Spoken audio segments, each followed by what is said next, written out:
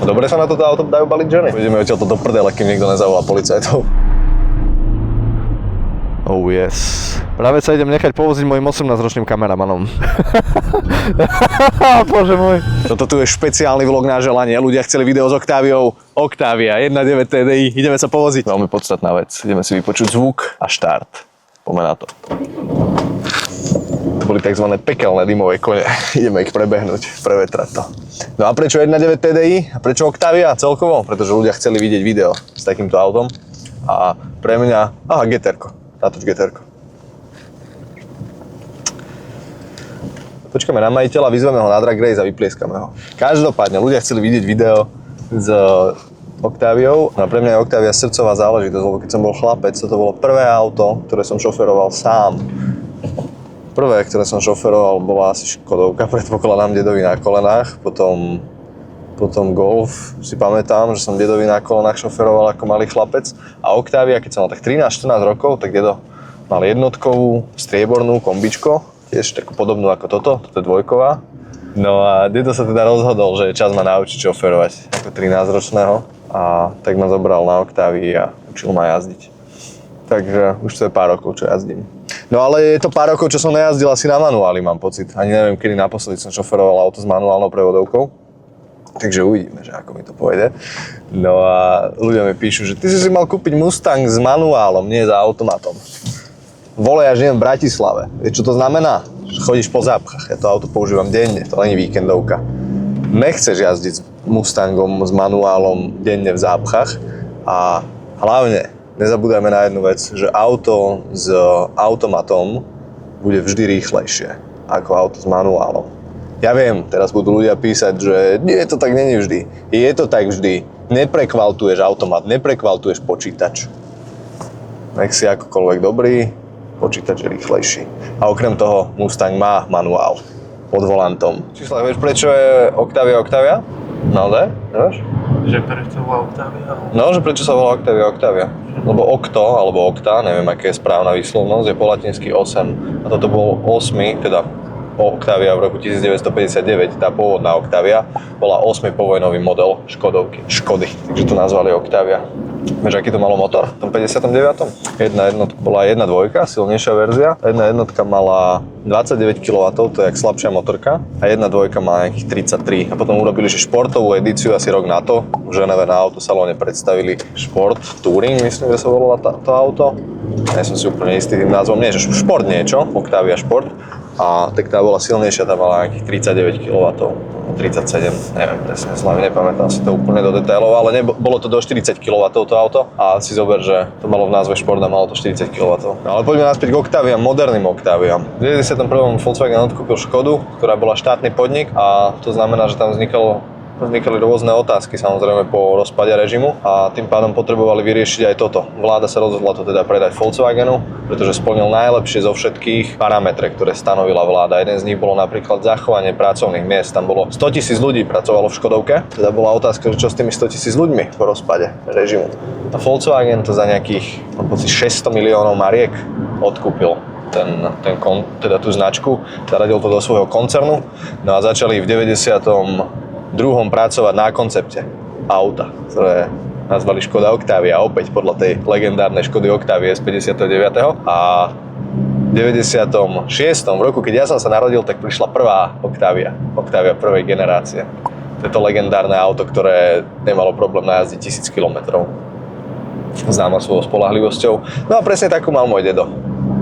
To je to auto, na ktorom som sa ja učil jazdiť, strieborná Octavia jednotková. Tá bola z roku asi 2001 alebo 2. Nepamätám si už presne, no ale potom prišla táto druhá generácia Octavie, na čom sa vezieme teraz a tá sa začala vyrábať v roku 2004 do 2011, mám pocit. A tá už prišla dokonca aj s automatickou prevodovkou, ktorú tu nemáme, máme tu manuál. Tu máme 77 kW? Áno. Tak tie 1.9 mali viacero, napríklad tá dedova mala 66, to je už novšia generácia so 77. Vieš, kam sa ideme previesť? K Bratislavskému hradu. Tam patrí toto auto. Na výstavu. Ako ozdoba k parlamentu. Dobre sa na toto auto dajú baliť ženy? Tak ja som spadil. To je. Na oktávku. Tak. Nie je to vždy len na aute, čo? Má to aj 6? Nemá. A keď skúsim zaradiť, čo zostane? Uvidíme. Máš tam spiatočku dozadu? Ne, spiatočka je, Tam nie. spiatočka je dopredu. Je tam nič. Možno tam je prekvapenie. Našiel som článok z roku 23, to znamená z pred 2 rokov, kde hovoria o tom, že sa predalo do tej doby 7,3 milióna oktávií. Čiže šialené množstvo. Tak to dneska, keďže sa Octavia stále ďalej vyrába, tak verím tomu, že je predaných aj 8 miliónov, možno už, alebo 7,5, čo ja viem. To som ja, aby som vedel, chápeš? Ale tých Octavií bude predaných už strašne veľa. Ideme zobrať toto auto tam, kde patrí, k Bratislavskému hradu. Kde sa zapínajú majaky? Áno, toto auto má na sebe majaky. To je, keď je moc premávka, tak ja dám zapne majaky. Stojíme na semafore a to znamená, že ideme dať poriadny odpich odtiaľto, pretože sú tu ľudia okolo a sledujú toto športové pekelné auto v striebornej farbe s niečím, čo vyzerá ako matná fólia na ňom, ale to je len špina. Ťahá to, dokonca to hrabe. Môžeme ísť rýchlejšie do zákruty, či máš plný kufor veci? Mám staré pneumatiky, ktoré sa šmýkajú. Extrémne sa šmýkajú. Brutál.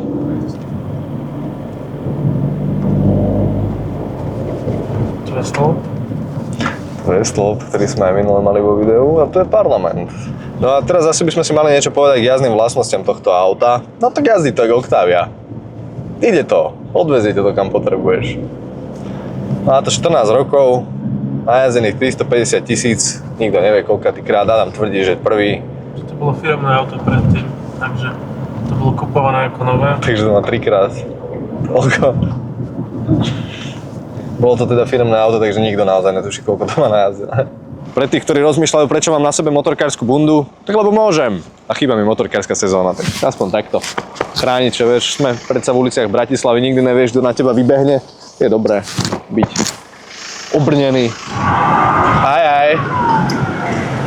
Majaky. Teraz prichádza otázka, že čo spraviť, keď vidíš za sebou majaky. Zapnutie. No, nie, dám ti možnosti. Keď idú za tebou takto, tak to môžeš spraviť tak, že sa A. Stiahneš takto na krajnicu, jak sme sa stiahli my, alebo B. Ideš ich dobehnúť. Ako ideme my? Ja som ich chcel dobehnúť, ale pridal som a nič sa nestalo.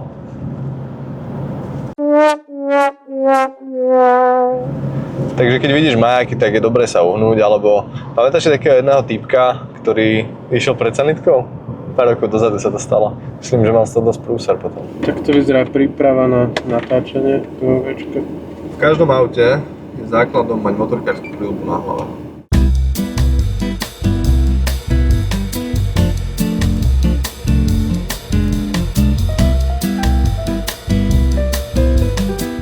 Dobre, teraz sme pri Tesle, tu je Tesla. Čo spravíme, Adam, keď sme pri Tesle? Zadymíme ju.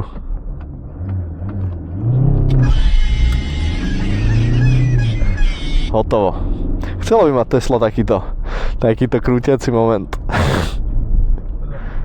Teraz mu to nenaštartuje už. Čo tie gumy, hovorí, že držia? No, v pohode. Sú tam také 10 rokov už. Áno. Každopádne ideme si dať akceleráciu drag race tuto z tohto semafóru. Tomu ver. Kam sa pozrieš na Slovensku, tam sú Škodovky. Není to policajt, pozri sa donútra.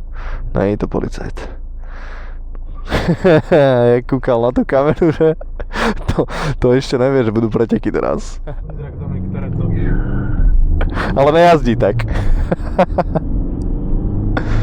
Keby to bol Dominik Toretto, tak je rýchlejší z toho semafóru. V tejto časti Bratislavy som býval rok. Fakt? Ja 7. Ja som odtiaľto. Prvých 7 rokov môjho života sme tu žili. Môj prvý rok v Bratislave som tu strávil. Práve do nás skoro nabúrali zozadu, lebo som dal smerovku a typkovi to bolo úplne jedno. Na toto detské ihrisko som sa chodieval hrávať. Dobre, ideme dať zákrutu tak rýchlejšie, uvidíme, čo sa stane. Jazdíš tým aj rýchlejšie, hej? Pohoda, len zozadu sme mali asi povykladať tie veci, lebo to strašne hrkoca. Nevadí. Silný krútiaci moment majú Octavia, nezabúdaj na to. Jak sme to vybehli, jak nič. No tu vpravo je fajn výhľad. Dobre ťahá do toho kopca. Úplne pohodička. Čo Čo sa týka Octavie, to je aj bežné terénne vozidlo. Vidíš, že prechádzame jak nič. Môžeš vidieť, zvláda to. Tak sme tu na výhľade, no. Som sa zlákol, keď si to pustil. Urob to ešte raz? Som si myslel, že som do niečoho nabúral, lebo vieš, ja zvyknutý na cúvacie kamery len v autách. Ty ideš len tak. Chceš vystúpiť, natočiť výhľad? Môžeš. Vidíme, že Adam tu má rôzne veci na seba obranu napríklad. Nop. Čo táto ona na seba obranu? Tá. Je tam aj teleskop. Fakt? Nepotrebuješ, keď máš toto. Radšej nezavriem dvere, lebo raz som takto zavrel na mojom starom Passate a sa mi zamkol. Skápeme tu. Keď sa to zamkne teraz, tak tu skápeme, tu zostaneme. Tak, tu máme výhľad. Pekné svetlá. Šalská SPZ tomu autu pridáva minimálne ďalších 10 koní. A takto vyzerá pohľad z kamery do kamery. Môžeš to prestrihať, vieš, že čo vidím ja, čo vidíš ty. Dobre, ideme to spraviť tak, že ideme odtiaľto preček, tu je zamrznuté, hen tam mláky, tam je ľad normálne, zima je. Poď, a ty len v mikine. A ja v koženej motorkárskej bunde. Si mi otvoril dvere, či chceš šoferovať? Chcem sa pozrieť, preto niečo nemám. Ďakujem. Dobre, nastupujeme. To je, vieš, tu máš automatické dvere, Rolls Royce. Otvoria sa, zatvoria sa samé. Hovorím, že netrieskaj tak tými dverami, je to tvoje auto. Inak sa nezavrú. Inak sa nezavrú, musíš ich dokopnúť nohou, hej? Dobre, odchádzame odtiaľto. Dobre, brzdi, len ťukneš do brzdy a vybavené. Bola tam stopka, zastavíme. No a malý tip pre šoférov začínajúcich je, že si tam dáš jednotku pri takomto prudkom zjazde a nemusíš ani brzdiť, neničíš si brzdy, neprehrievaš si. Vypni to kúrenie spod mojej riti. Jak sa to vypína takto?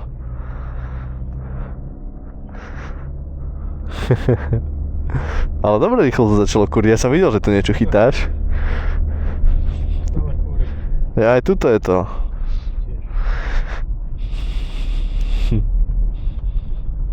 To je riadna výbava, keď to má vyhrievané sedačky. Potrebujeme ísť otestovať akceleráciu niekam.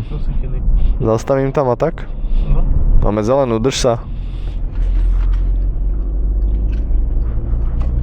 Čo sa týka jazdy na tejto dvojkovej Octavii, ja neviem, to je také dobré auto, že to ťa odvezie kam potrebuješ. Nemôže sa človek sťažovať, keď má takéto auto, podľa mňa. 350 000 nabúchaných. Adam tvrdí, že prvýkrát, ja tvrdím, že neviem koľkátýkrát. Ale ide to úplne fajn. A ešte pôjde. 350 000 pre takéto auto, tak koľko ešte? Iba zabehané. Dobrý zábeh, no presne. Pravidelne mi píšu ľudia inak, že mám takéto auto, príde ho vyskúšať, mám hento, aj s motorkami to isté, stále dokola prichádzajú správy, aby som niečo prišiel vyskúšať, cudzie. A som není veľmi zastanca toho testovania cudzích oných, vieš, kým to. Jedna vec je, keď to je z predajne, že to má poistku, a je to v predajni, ale takto niekomu ty nikdy nevieš. Minule, vieš čo, akože kamarátovi som išiel na jeho skútri, na 650-ke, proste prvýkrát som jazdil na maxi skútri, no na semafore rovno do mňa napálila pani. Že som len sadol na veľký skúter, mne do mňa nabúrali, vieš. A hovorím, že to je akože znamenie pre mňa, že nejazdí na skútroch, to je prvá vec, ale že druhá, ty nikdy nevieš, čo sa ti stane na tej ceste. A pani mi takto ukazuje jazvu na jej hrudi, že ja mám operované srdce. Hovorím, pani, sme dvaja skoro v tomto momente, čo budeme potrebovať operáciu srdca. Dobre mi stislo riť, keď som videl, jak zozadu ma tlačí auto pred sebou. Ty kokos na semafore, to som ti ani nehovoril, čo? A hovorím, že nebudem sa tu tlačiť medzi nimi, málo miesta tam nechali, tak som ostal normálne v kolóne. Bum do mňa zozadu. Veď motorka není auto, preto treba prejsť v tej uličke dopredu. Tam do teba nenabúrajú. Pre tých mudrlandov, čo píšu, že na motorke sa nemáš pretlačať dopredu, no máš, lebo ty na motorke nejsi chránený. Chádzame do Sitiny, tu môžeš vidieť Adama, ako pekne natáča. Ideme dať nejaké akcelerácie v Sitine. Počuješ, jak hučí motor? Oh yes. V dnešnom videu nebudeš mať veľa roboty s cenzúrovaním videa, však jazdíme podľa predpisov. Zatiaľ. Ne, zatiaľ, normálne. Stále jazdíme podľa predpisov, len občas ten tachometer vycenzurujeme. Len tak, vieš, no. Normálne ako robot. Aby sa Adam nenudil, tak cenzuruje si. Nie, ale tak to je presne to, že keď ideš v takomto aute, to je to, čo ja hovorím, že existujú stroje, ktoré v tebe zobudia takého, ja to nazývam, že vagabunda vnútorného. Že ty jednoducho si slušný človek, ale keď si sadneš na niečo, čo má 200 koní, na nejakú motorku, tak zrazu tak sa začneš správať inak, ale s týmto, s takouto Octaviou, čo budeš, vieš? Som mal kamaráta, ktorý zvykol rozbehnúť auto, že na 200 vyradil neutrál a vypol to a vytiahol kľúč, že pohoda, to ide. Áno, ja sa tiež čudujem, že ešte žijem. No, takže takto môžeme vidieť krásne zapadajúce slnko nad Bratislavou. Toto je ukľudňujúce jazdy na tomto aute. Taký oddych, pohoda. Nikto za nami není, ideme si dať akceleráciu. Prejdeme tam ďalej a šlapneme tomu. Dáme akceleráciu tuto do zákruty. Akcelerácia do tej zákruty, uvidíme, čo sa stane.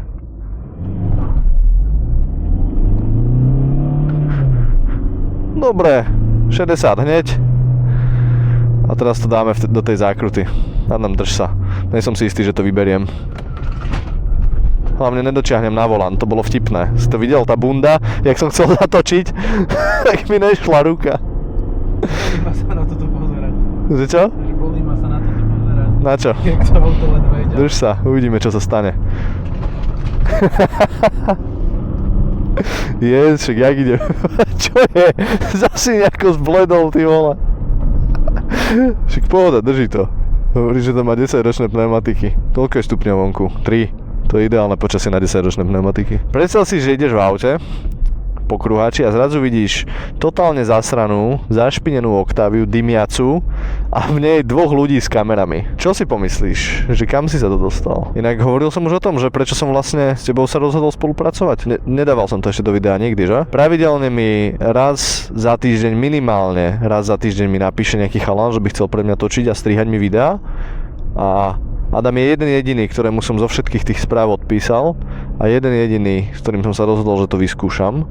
Čiste kvôli tomu, že mi napísal takto dlhý mail, kde rozpísal všetky veci, ktoré používa, akú má techniku, že študuje video, že študuje strih a že čo všetko vie robiť. Mi napísal normálne, že profesionálny mail. Hovorím, ty kokos, tak toto je úplne iné ako ahoj, chcem ti strihať videá. Tak som si povedal, že to vyskúšame a už to je koľko, Adam? Koľko mesiacov? Od maja. Áno, v máji sme? Ty vole. Tak to není pomalý rok, ale je to dosť mesiacov. No, akože vôbec by som nepovedal, že to bolo v máji už. To ubehlo riadne. No a vyzerá to, že sme sami budeme môcť vyskúšať z 0 na 100. Dobre, musíme dať akceleráciu. Dám podlahu, uvidíme, čo sa stane. Jednotka.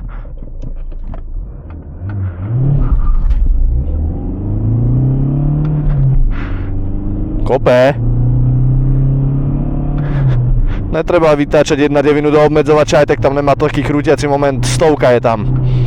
Takže spraví to 100. Spraví všetko 100. Ne, všetko ne. Kamož mal 125 motorku taliansku, ktorá 100 neurobila. No ideš ma previec, hovoríš, hej? Môžem. Dobre, Adam ma ide povoziť prvýkrát v živote. Ideme na to? Práve sa idem nechať povoziť mojim 18-ročným kameramanom. Mal 19 minulý týždeň, ešte som si na to nezvykol.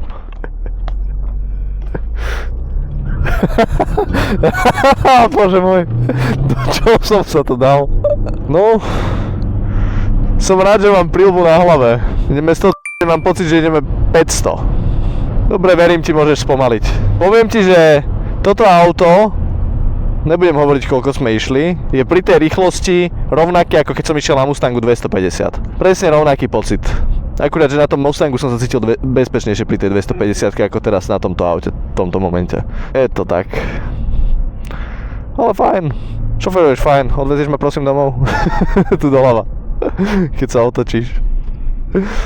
Ako rýchlo sa vieš otočiť? Bacha, tu je ona.